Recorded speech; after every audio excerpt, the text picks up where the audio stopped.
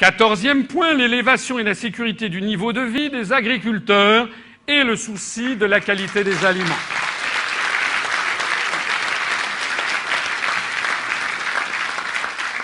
Pour être honnête avec vous, j'ai rajouté le dernier morceau de phrase qui ne figurait pas dans le programme du CNR, qui parlait, lui, de l'élévation et de la sécurité du niveau de vie des travailleurs de la terre. Mais parce qu'une raison très simple, c'est qu'effectivement, il ne se passait pas en 1944 ce qui se passe en 2011 en matière de qualité des aliments.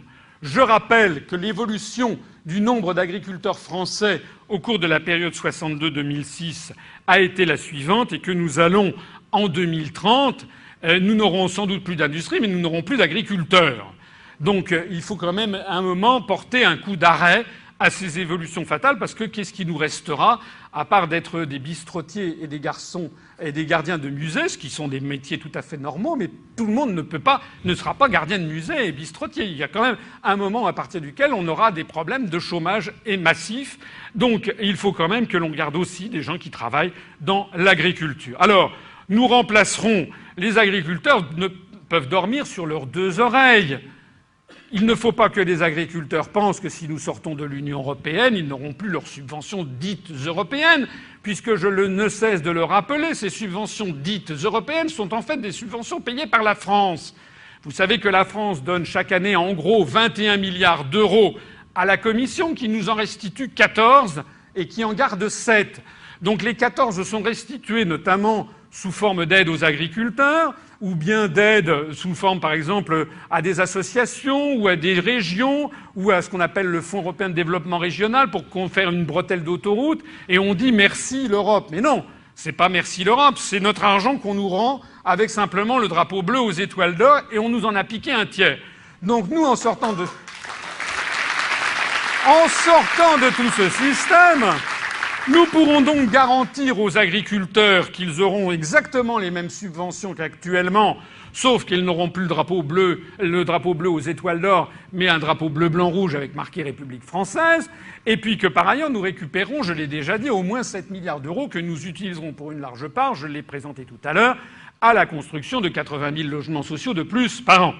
Mais nous n'allons pas laisser tomber les agriculteurs, d'abord parce que nous maintiendrons le système des subventions, mais parce que nous transformerons la politique agricole commune en une politique agricole nationale.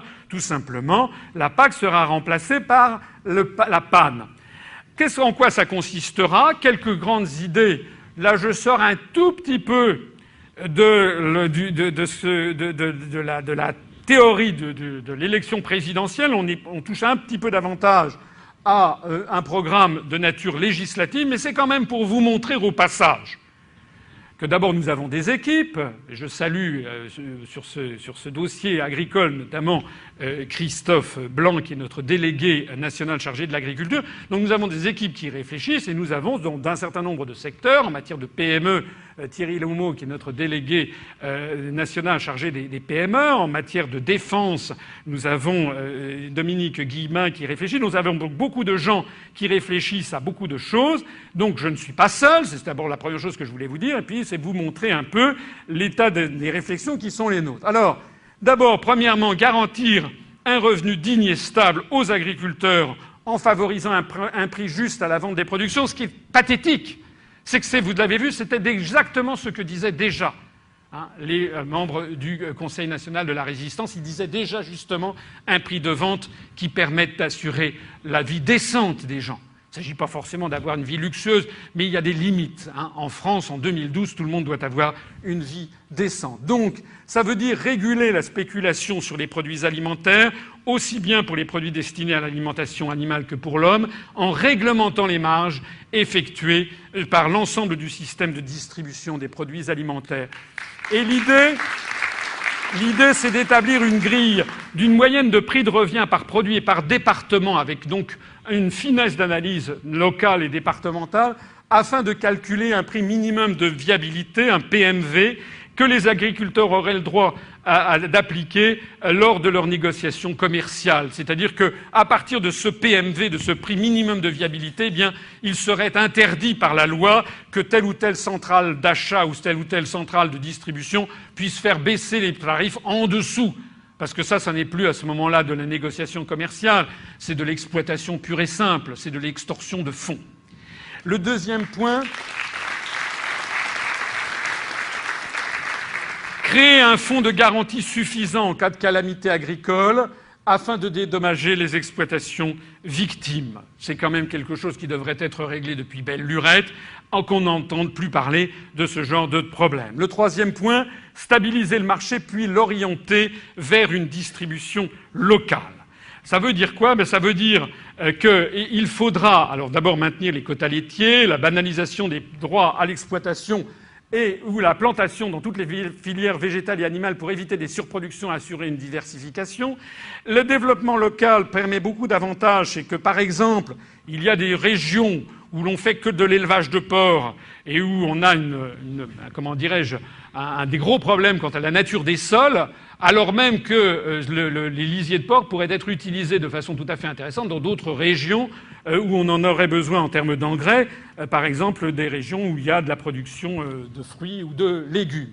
Donc l'idée, c'est d'essayer d'abord d'avoir une meilleure répartition, évidemment dans la mesure où c'est rentable et où c'est possible, une meilleure répartition des productions animales et végétales sur la surface du pays, mais également d'avoir une distribution locale pour favoriser justement à la fois l'économie locale et puis aussi beaucoup d'autres choses. Donc parmi nos projets, il y a ce projet AgriDistrib, c'est-à-dire un outil informatique hébergé sur Internet, interconnectant tous les metteurs en marché et toutes les plateformes de distribution selon des objectifs de zones géographiques circonscrites. Moi, je vois que j'ai une maison de campagne dans la Nièvre. Quand je vais à Cosne-sur-Loire au magasin Auchan, il y a quelques années encore, les tomates venaient du Chili ou de je ne sais pas quoi, alors qu'à Cosne-sur-Loire, à 2 kilomètres de là, parce que c'est en banlieue de Cosne-sur-Loire, il y avait un marché où on mangeait des tomates absolument merveilleuses. Donc ça, c'est pas normal.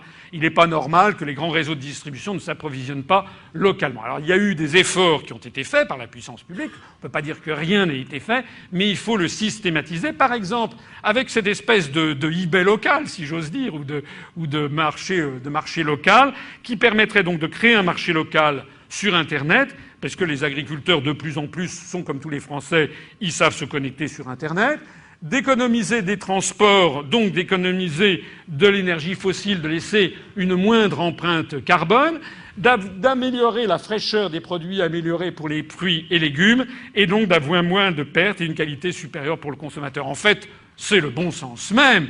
Et ce bon sens sera d'autant plus favorisé que, comme nous serons sortis de l'Union européenne, nous pourrons là aussi empêcher ou freiner les importations de produits qui sont importés, par exemple, en pleine saison des pommes en France. On n'a pas forcément besoin d'importer des pommes qui se situent à 5000 km de là. Quatrième point, garantir l'autosuffisance alimentaire nationale et participer à la sécurité alimentaire mondiale. Nos aïeux seraient effarés de voir en matière agricole comme en matière industrielle que les pouvoirs publics n'ont pas le souci que doit être un président de la République. Ça doit être un peu comme un père de famille ou une mère de famille, c'est-à-dire de quelqu'un qui doit avoir le souci de ses enfants. Et nul ne sait de quoi l'avenir est fait, donc de mettre de l'argent de côté, de se dire j'ai quand même une responsabilité de famille. Donc un président de la République ou un chef d'État quel qu'il soit, lui c'est sa grande famille, si j'ose dire, c'est l'ensemble du peuple français auquel il est redevable de sa gestion. Il doit quand même se dire à un moment, mais il faudrait quand même que je sois sûr que tous les Français puissent s'habiller. Actuellement, s'il y a une coupure, par exemple, si d'un seul coup il n'y avait plus de transport de navires et d'avions, ou bien si la Chine entrait en révolution, ou bien s'il y avait le blocage du détroit de Malacca en Asie du Sud-Est, les Français n'auraient pratiquement plus rien pour s'habiller. Donc il y a quand même un problème. Alors c'est pareil en matière alimentaire. C'est le b.a.-ba, depuis que le monde est monde. Si vous relisez Sun Tzu, par exemple, ou si vous remontez à la plus haute antiquité, les stratèges doivent savoir que d'abord, il faut assurer l'autosuffisance alimentaire de son propre peuple, en tout cas y veiller. Alors quand on est dans un pays très démuni par la nature, par exemple si on est au Tibet ou au Japon, effectivement, où il y a peu de terres arables, c'est effectivement difficile. Mais la France, qui avec l'Ukraine sont les deux grands greniers agricoles de l'Europe, il n'est pas normal que nous n'ayons pas cet objectif. Donc un plan d'occupation des sols agricoles sera établi en fonction des besoins de produits de première nécessité. Ces surfaces minimums seront maintenues et financées exceptionnellement si besoin, avec la création d'un fonds de garantie. Garantir le maintien des aides alimentaires aux ONG caritatives comme les Restos du Cœur. C'est d'un petit peu un détail, mais quand même, vous savez que la Commission européenne a osé remettre ça en cause il y a quelques jours. Donc, c'est quand même vraiment honteux. Alors on peut toujours dire oui, c'est pour des raisons X, Y ou Z. Ça ne se fait pas. Bon. 5e point, accroître la qualité de l'agriculture avec le soutien des techniques culturales plus respectueuses de l'environnement.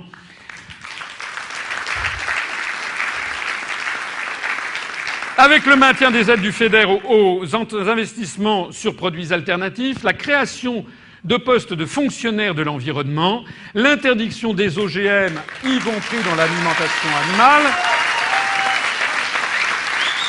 Je ne vous apprendrai pas que là aussi c'est cohérent avec notre programme de sortir de l'Union européenne, puisque justement l'Union européenne nous a imposé d'introduire des OGM en France, vous le savez, et d'ailleurs sous astreinte de 1 600 000 € par jour de retard. Et donc, au cours de l'année 2010, il y a eu encore 6 espèces d'OGM en matière de maïs qui ont été imposées par la Commission à l'Europe, ce qui nous permettra, là aussi, d'évincer la grande féodalité que sont BASF ou Monsanto.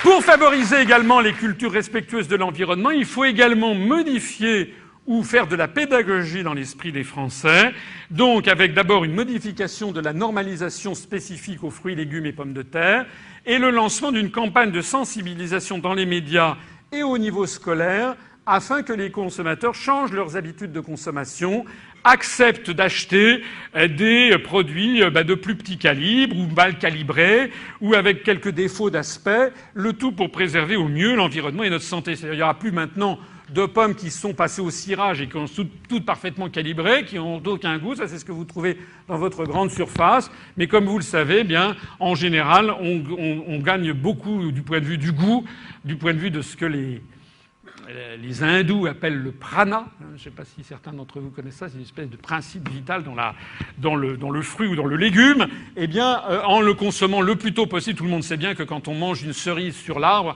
elle est toujours meilleure que si on la mange 3 heures après dans une assiette et que 3 jours après, on n'a plus du tout envie de manger la cerise.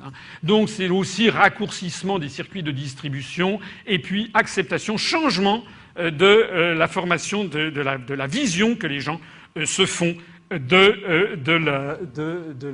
produits qu'ils achètent.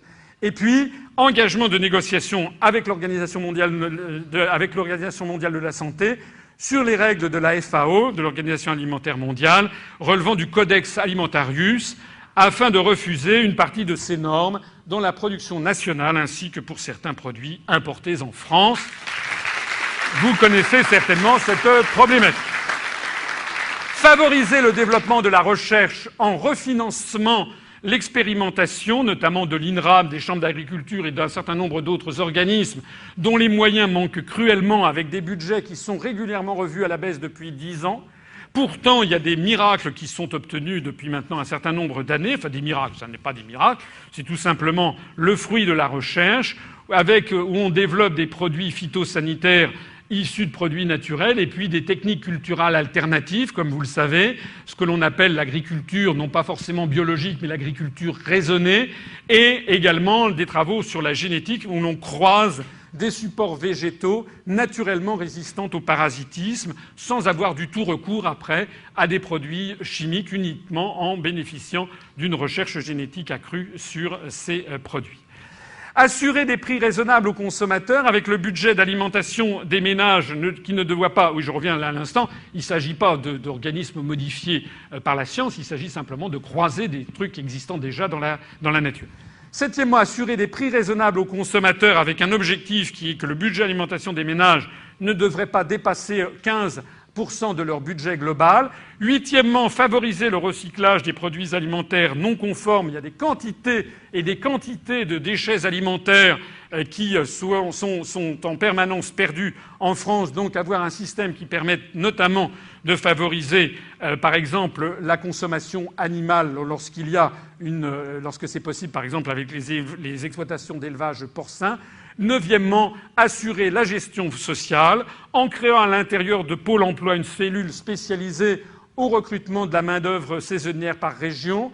En parallèle, pour les régions dépourvues de main-d'œuvre locale disponible, créer des logements d'accueil adéquats, instaurer une aide humaine pour accompagner les installations des jeunes agriculteurs. C'est un énorme défi qui s'ouvre à la France, puisque, comme vous le savez peut-être, je l'ai déjà dit dans d'autres conférences, nous avons un véritable problème, presque de nature psychologique et morale, qui frappe le monde agricole.